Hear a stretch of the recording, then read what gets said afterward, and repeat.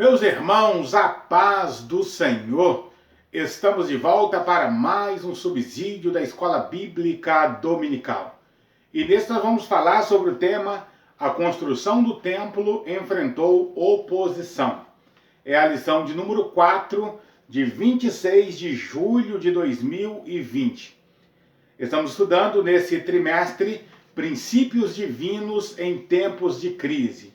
É uma reprise da lição escrita pelo saudoso pastor Eurico Bergsten em 1993, quando ele falou sobre avivamento nos tempos atuais. Nessa série de lições, estamos tendo a oportunidade de confortar a nossa fé e de reviver aquilo que o Senhor Deus tem falado ao nosso coração por intermédio desse grande homem de Deus, que aprove o Senhor já o ter recolhido para a glória. A lição que vamos estudar agora, a construção do templo enfrentou oposição. Nessa lição nós vamos aprender algumas questões interessantíssimas. Uma delas é sobre o porquê que ocorre o desânimo na vida do cristão. Porque o crente desiste e volta atrás. Em tempos difíceis da vida, o que faz um cristão voltar atrás? Uma segunda coisa é, quem são os samaritanos? Quem eram esses opositores do templo nos dias de Neemias, nos dias de Esdras e nos dias de Zorobabel? Continue conosco, pois Deus tem uma palavra especial ao seu coração. Antes de prosseguirmos aí na nossa lição, gostaria de pedir a você que não se inscreveu no nosso canal, que se inscreva. Ao se inscrever, ative o sininho para que você possa receber as notificações de tudo que postarmos aqui no nosso canal, para a glória do nome do Senhor nosso Deus. Toda semana eu tenho a grata satisfação de trazer a você um subsídio da Escola Bíblica Dominical para ajudá-lo a melhor servir ao Senhor juntamente à sua classe de Escola Bíblica Dominical. Deixe também aí um comentário na barra de comentário do vídeo, compartilhe com seus amigos, deixe um joinha e vamos juntos divulgar o reino do Senhor nosso Deus. Posto aí essas considerações, o nosso texto áureo está no livro de Neemias, no capítulo 4 e o versículo 6, que diz o seguinte: assim edificamos o muro, e todo o muro se cerrou até a sua metade, porque o coração do povo se inclinava a trabalhar. A nossa verdade prática diz: se confiarmos verdadeiramente em Deus, venceremos todas as resistências do maligno.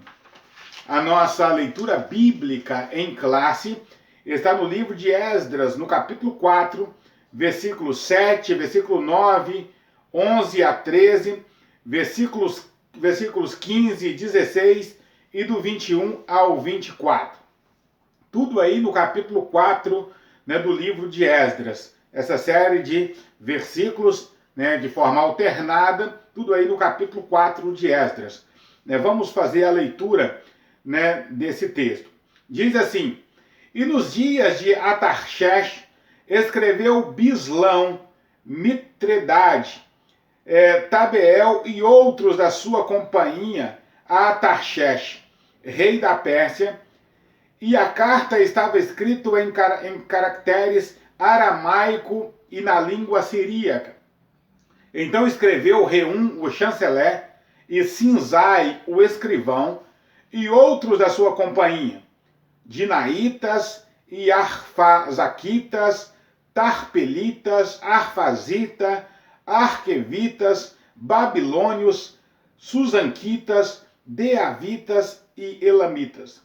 Este, pois, era o teor da carta que ao rei Artaxerxes lhe mandaram. Teus servos, os homens daquém do rio e em tal tempo. Saiba o rei, que os judeus que subiram de ti vieram a nós, a Jerusalém, e edificam aquela rebelde e malvada cidade, e vão restaurando os seus muros e reparando os seus fundamentos. Agora saiba o rei que, se aquela cidade se reedificar e os muros se restaurarem, eles não pagarão os tributos, os direitos, os tributos e as rendas, e assim se danificará a fazenda dos reis. Para que se busque no livro das crônicas dos teus pais, e então acharás nos livros das crônicas, e saberá que aquela foi uma cidade rebelde e danosa aos reis e províncias, e que nela houve rebelião em tempos antigos, pelo que foi aquela cidade destruída. Nós, pois, fizemos notório ao rei que se aquela cidade se reedificar e se seus muros se restaurarem, desta maneira não terás mais porção alguma desta banda do rio. Agora, pois, dai ordem para que aqueles homens parem, a fim de que não se edifique aquela cidade, até que se dê uma ordem por mim. E guardai-vos de cometerdes erro nisso. Por que cresceria o dano para o prejuízo dos reis? Então, depois que a cópia da carta do rei Artaxerxes se leu perante Reum, e Sinzai, o escrivão, e seus companheiros, apressadamente foram eles a Jerusalém, aos judeus, e os impediram à força de braço e com violência. Então cessou a obra da casa de Deus, que estava em Jerusalém, e cessou até o segundo ano do reinado de Dario, rei da Pérsia. A nossa introdução diz o seguinte: o altar havia sido restaurado, a festa do tabernáculo celebrada, o holocausto contínuo estava sendo oferecido cada dia conforme o rito. A vida espiritual do judeu havia retornado do cativeiro, seguia conforme o que estava prescrito na lei de Moisés. Somente esperava o momento de iniciar a reedificação do templo do Senhor. Aqui no nosso primeiro ponto, nós vamos falar sobre o tema: os alicerces do templo são lançados. Primeiro, no primeiro item, o lançamento dos alicerces foi celebrado com uma solenidade. Aqueles judeus que retornaram do exílio persa, que haviam estado no cativeiro babilônico durante 70 anos e agora estiveram um pequeno período no reino persa, que haviam voltado para Jerusalém, estavam jubilosos. Os sacerdotes já paramentados e com trombetas, eles louvavam ao Senhor, conforme a instituição de Davi, o rei de Israel. Adoravam ao Senhor, exaltavam ao Senhor por tudo que o Senhor havia feito. Todos os que assistiram ao lançamento dos alicerces, seus sentimentos eram tão grandes de alegria que eles jubilavam com grandes vozes ao Senhor. O seu júbilo se ouviam ao longe, de muito longe, se dava para perceber o júbilo do coração daqueles irmãos, porque estavam agora na sua terra, estavam agora no seu país e estavam começando a reedificar a casa do Senhor novamente. Aquela casa que havia sido construída por Salomão e que a glória do Senhor havia invadido aquele templo, fazendo com que os sacerdotes nem pudessem parar de pé diante da glória do Senhor. Agora aquele magnífico templo estava sendo reerguido novamente. Esse era o motivo da grande alegria e da grande solenidade, né, que celebravam ao Senhor nosso Deus.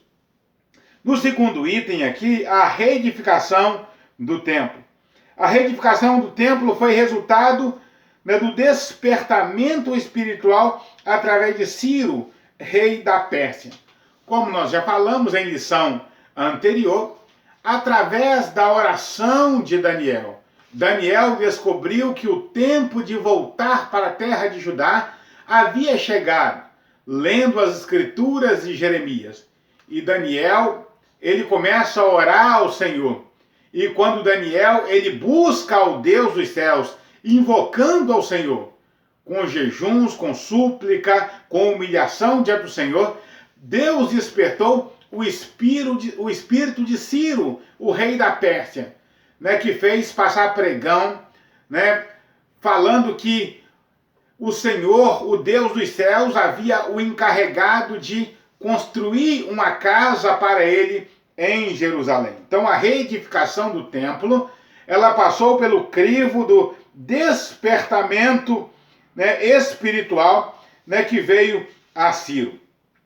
Convém lembrar que o despertamento, né, o despertamento pentecostal, que chegou no Brasil em 1911, trouxe consigo uma verdadeira renovação da doutrina da Igreja de Deus e pode ser simbolizada pelo templo de Deus. Aqui o nosso comentador, ele está fazendo uma ligação entre o despertamento que ocorreu no tempo de Ciro e o despertamento que ocorreu na rua Azusa, né, em 1906, que resultou, né, na propagação do Evangelho em muitos lugares do mundo, inclusive chegando ao Brasil em 1911, com Daniel Berg e Gunnar Wingre.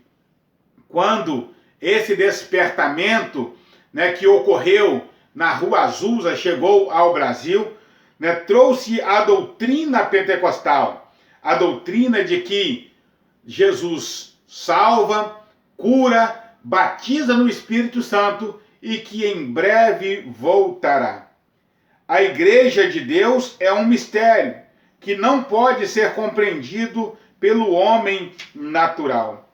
É o Espírito Santo que age na Igreja em todo o tempo. É claro, quando Deus despertou o espírito de Ciro, né, lá em 538 aproximadamente, para que voltassem, né, e construíssem um templo em Jerusalém, é o Espírito do Senhor que despertou Ciro. É esse mesmo Espírito que desperta a igreja para os dons espirituais, para a salvação das almas, né, para o batismo no Espírito Santo, para a cura divina. É esse mesmo Espírito Santo. O Espírito Santo, em primeiro lugar, ele quer salientar que Jesus, em pessoa, quer edificar a sua igreja, e ele o faz conforme a sua palavra. Assim como o templo de Jerusalém estava por ser reedificado naqueles dias, o Espírito Santo quer reedificar a sua igreja. Tanto ele já edificou a sua igreja na pessoa de Jesus, como ele quer reedificar, reconstruir em nós cada dia por meio da sua palavra. Trabalhar em nós aquelas coisas que ainda restam, né, que precisam ser reparadas em nosso coração. Em segundo lugar, o Espírito Santo quer gerar um sentimento de reverência pela igreja do Senhor, que é a morada de Deus. E em terceiro lugar, o Espírito Santo quer adestrar a igreja porque ela é um instrumento da ação de Deus aqui na terra. Deus tem um trabalho para cada servo seu na obra da evangelização nesse mundo. Assim como Deus contou com Daniel, com Ciro, Zorobabel, Esdras, Neemias, Deus quer contar com cada um de nós nesse tempo, tanto no tempo de pandemia como fora dele. Deus tem um trabalho para cada membro da sua igreja, cada servo e serva. Há um trabalho especial para cada um de nós. Nós cantamos um hino da nossa harpa cristã, o hino de número 93, que diz: há trabalho pronto para ti, cristão, que demanda toda a tua devoção. Venha alegremente a Cristo obedecer, pois só tu, ó crente, o poderás fazer. Há um trabalho especial para cada um de nós no reino de Deus. E Deus conta comigo e com você nesse tempo para reedificarmos os muros do Senhor, para reedificar a casa do Senhor nesse tempo em que nós vivemos. No nosso segundo ponto aí, os samaritanos opõem-se à construção do templo. Entre os moradores da terra estavam os samaritanos. Aqui eu quero responder uma das perguntas que propus para você lá no início do vídeo. Quem eram os samaritanos? Os samaritanos não receberam esse nome apenas porque moravam em Samaria. Os samaritanos eram uma mistura de gente, resultado de uma leva de povos, de outros lugares, que o Império Assírio, que a Síria levou para Samaria, quando ocorreu a queda de Israel em 722.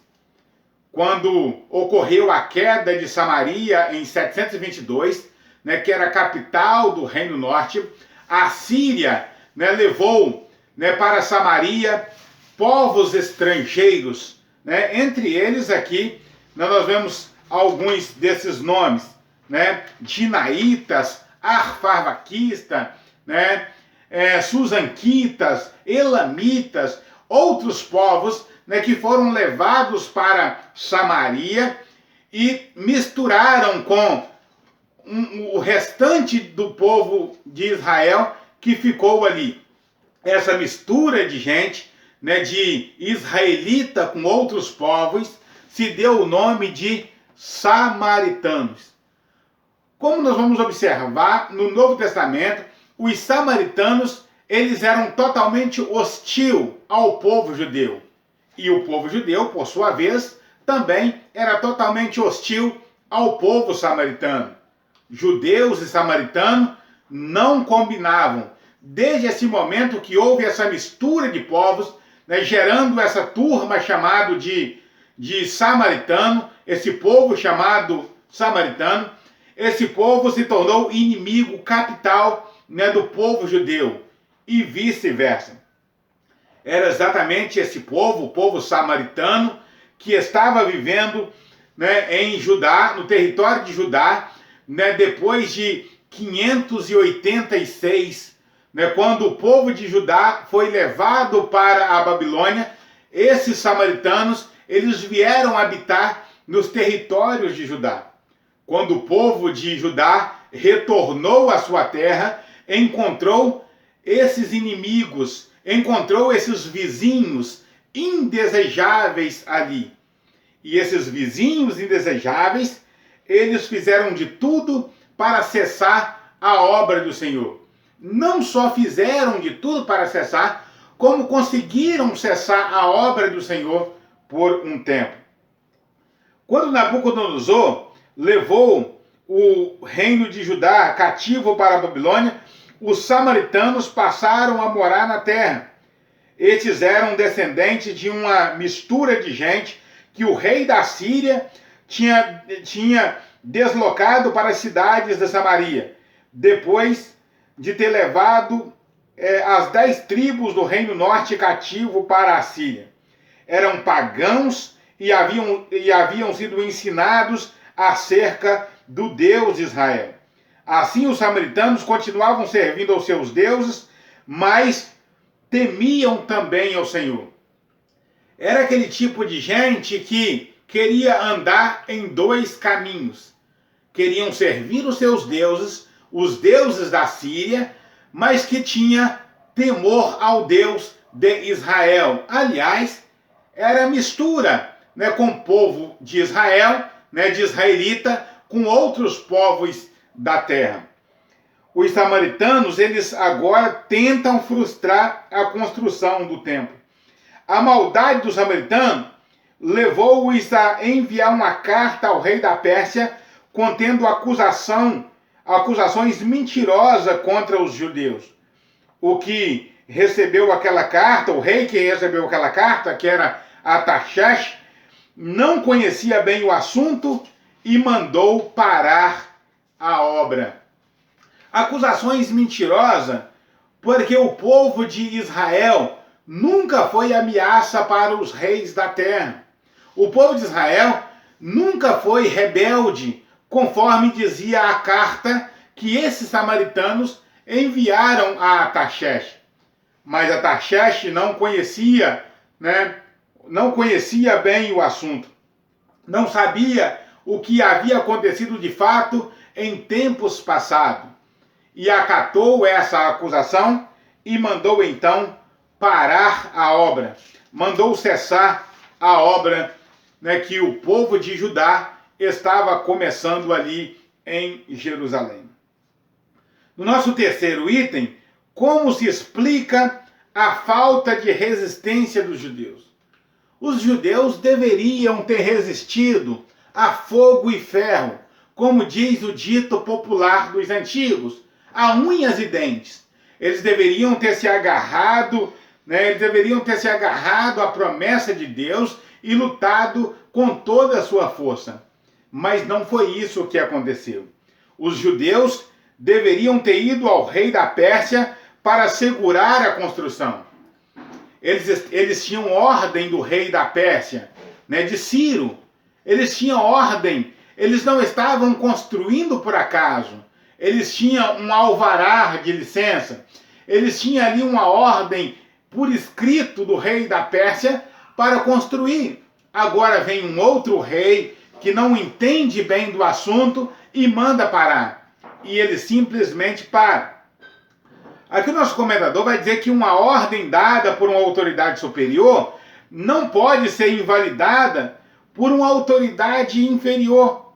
Imagina que o Supremo Tribunal Federal, o STF, dê uma ordem para o Brasil, um juiz de primeira instância, nem de segunda instância, pode barrar essa ordem.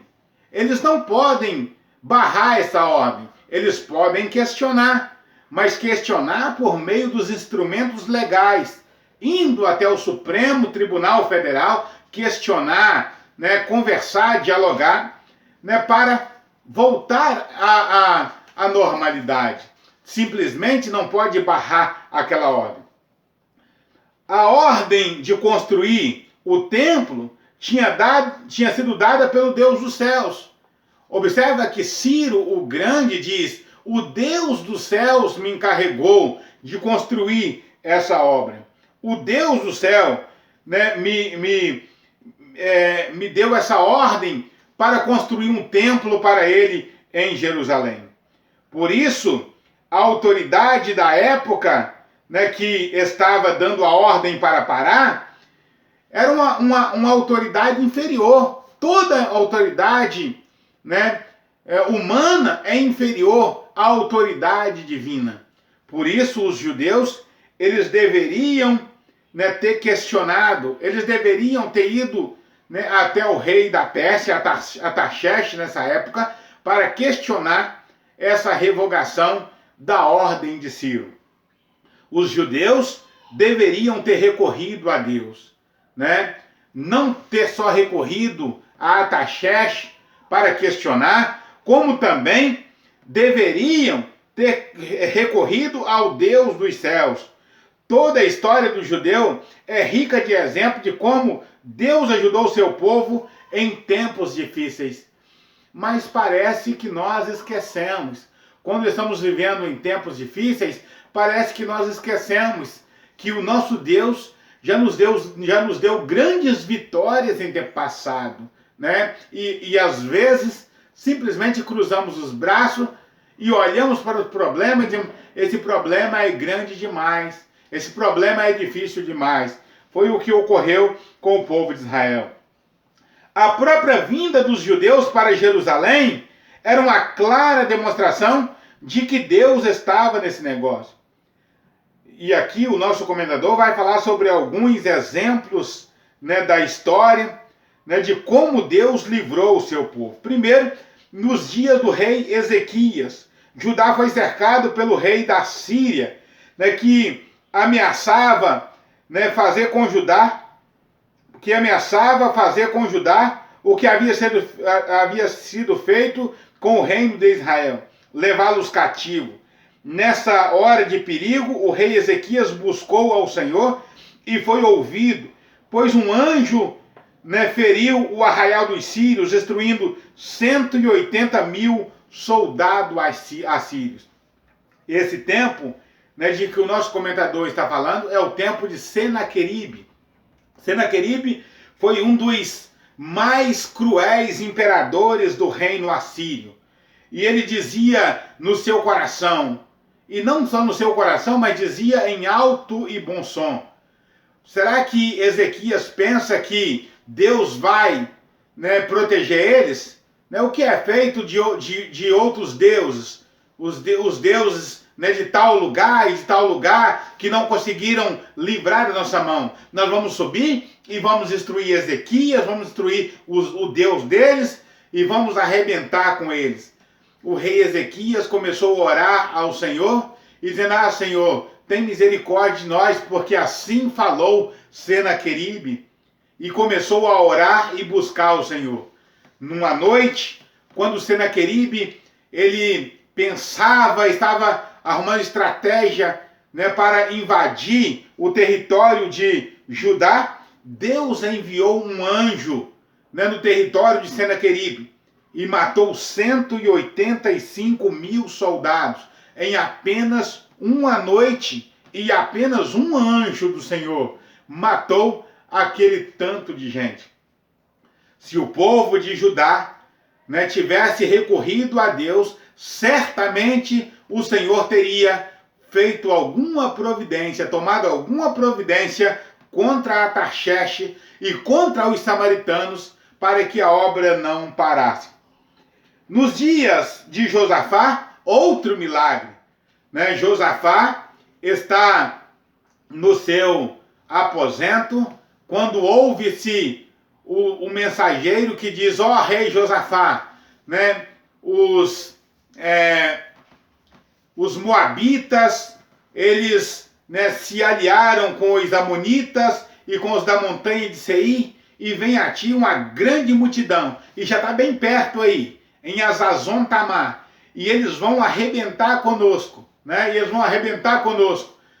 O rei Josafá toma um susto, ele não estava esperando aquela guerra, mas a Bíblia diz que ele coloca-se diante do Senhor e diz: ó Senhor, Deus de Abraão, Isaque e de Jacó, venha a nós essa grande multidão, e nós não sabemos o que fazer, porém os nossos olhos estão postos em Ti, os nossos olhos estão fixados em Ti, nos ajuda, tem misericórdia de nós, porque em nós não há força. E a Bíblia diz que Deus ordenou, né, que Josafá organizasse os levitas e fizesse um grande coral adorando o nome do Senhor, com instrumentos, e adorasse ao Senhor. No dia seguinte, Josafá ouviu a mensagem de que o vale de Tecoa estava cheio de corpos mortos. O Senhor lutou contra aqueles moradores de Seir, os amonitas, os moabitas. O Senhor pelejou contra eles, conforme havia dito pelo ministério de Jaziel, né? Nessa peleja não tereis que pelejar, o Senhor pelejará por ti. Se Judá tivesse ouvido a voz do Senhor nesse tempo em que Artaxerxes, junto com os samaritanos, tentaram se opor à obra, certamente Deus teria dado vitória. Os muitos exemplos, né, de ajuda de Deus no passado deveria ter inspirado os líderes do povo à resistência, né, à maldade dos inimigos dos judeus. Mas, na verdade, não foi o que aconteceu. Qual era o verdadeiro motivo, então, dessa falta de resistência? Né? Número 1, Zorobabel, o chefe político do povo, até aquele momento, havia confiado na sua própria força. Ele confiava no seu próprio braço, na sua própria capacidade. Quando nós confiamos na nossa própria capacidade, nós estamos fadados ao fracasso.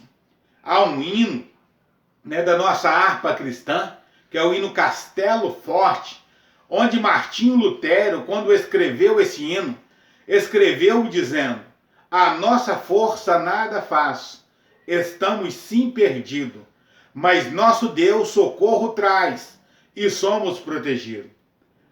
Se o povo de Judá tivesse entendido que a força deles nada fazia, que estavam construindo aquele templo não era por causa da força do seu braço, certamente teriam força para resistir. Mas Zorobabel, o chefe político do povo judeu, estava tão confiante, estava tão destemido, mas achando que a construção era mérito da sua própria força. Um outro motivo porque não tiveram força para resistir era que Josué, o sumo sacerdote, estava com as suas vestes manchadas, conforme nós lemos lá em Zacarias, no capítulo 3 e o versículo 3. Inclusive, Satanás aparece numa das visões de Zacarias, acusando o sumo sacerdote, né, Josué, de estar com as vestes sujas. O Senhor, é claro, ele repreende Satanás, porque Deus, ele não pode ouvir a acusação feita por Satanás. Ele primeiro repreende o Satanás e diz: você está repreendido. E depois que ele repreende Satanás, então ele exorta Josué, o sumo sacerdote, a tirar as suas vestes, a mudar as suas vestes e a vestir vestes limpas. Quando a nossa vida está manchada pelo pecado, quando nós deixamos o pecado dominar o nosso coração, a nossa mente, os nossos sentimentos, nós não temos força para lutar contra o sistema maligno. Portanto, nós precisamos fazer duas coisas. Número 1, não confiar na nossa própria força. Número 2, não deixar o pecado manchar o nosso coração. Só assim nós teremos condição de enfrentar a oposição do diabo, né, e do mundo, né, que está à nossa espreita. O nosso quarto e último ponto aí vai falar sobre a reação dos samaritanos quando os judeus cessaram a obra. Em primeiro lugar, a tristeza dos judeus. O povo em geral tinha desde o início da construção acompanhado o trabalho com simpatia. Os judeus trabalhavam com muito entusiasmo e com muita união. O povo tinha ouvido falar de que o Deus dos céus estava ao lado dos judeus, ajudando-os. E agora, onde estava o seu Deus? A tristeza tomou conta, né, do coração dos judeus. E não é para menos. De repente você está fazendo um grande trabalho para Deus e alguma coisa dá errado, as coisas param do nada. A tristeza, ela faz parte, né, do coração do crente que ama a trabalhar na obra do Senhor. Quando alguma coisa dá errado, é óbvio, é claro que a gente vai entristecer. Na contrapartida da tristeza dos judeus, estava a alegria do samaritano. Porque quando um crente sofre alguma derrota, quando um crente sofre algum revés, os inimigos se alegram. Mas não se alegram por muito tempo, como nós vamos ver aqui. porque Deus permite situações difíceis não para nos matar, mas para nos aperfeiçoar. Isso nós precisamos aprender. Então, a alegria dos samaritanos, os inimigos dos judeus regozijavam grandemente. Certamente, os conselheiros foram parabenizados pela sábia e competente ação. Porém, o gozo dos ímpios é de pouca duração. Vejamos aqui, primeiro, o gozo dos filisteus quando prenderam Sansão foi de pouca duração. Bastou o cabelo de Sansão crescer novamente.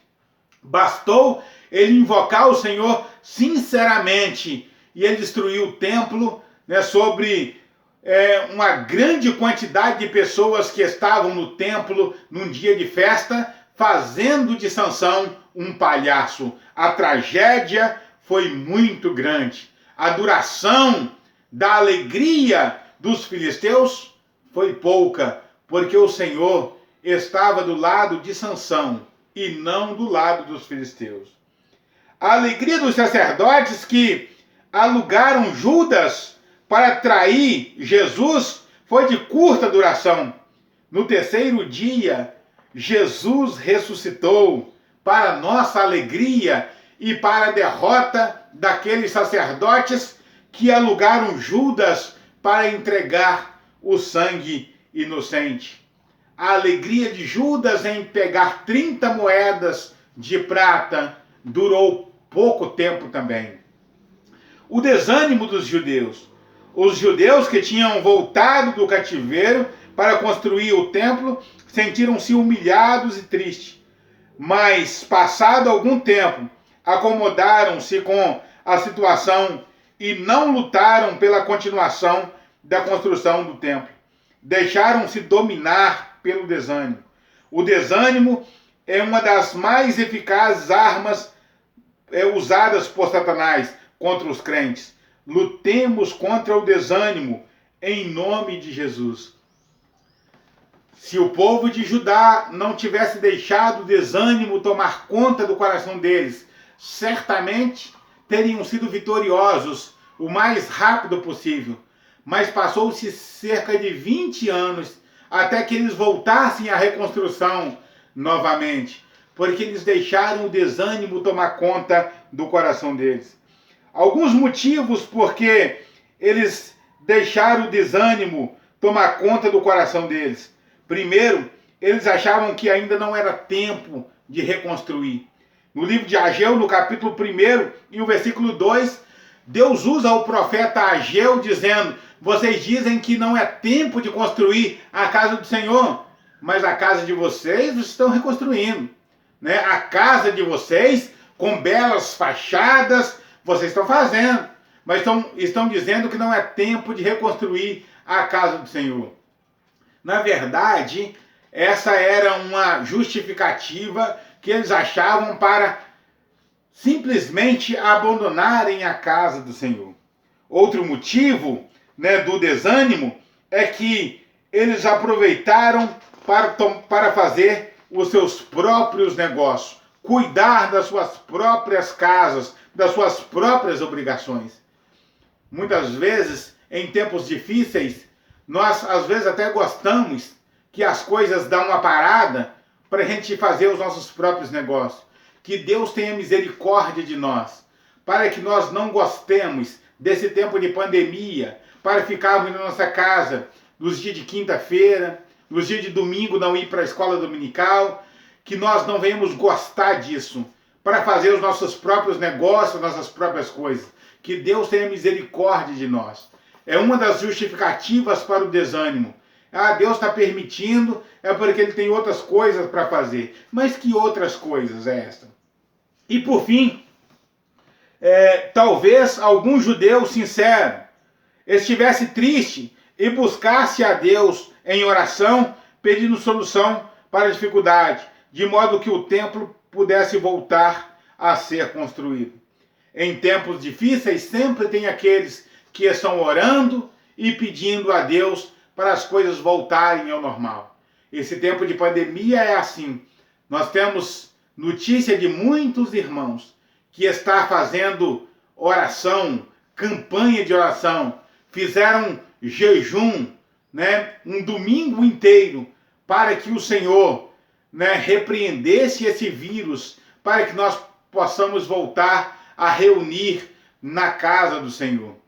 Que Deus nos ajude, que Deus nos abençoe, para que sempre que enfrentarmos oposição na obra de Deus, tenhamos condição, né, de resistir bravamente, porque a vitória é nossa, em nome de Jesus.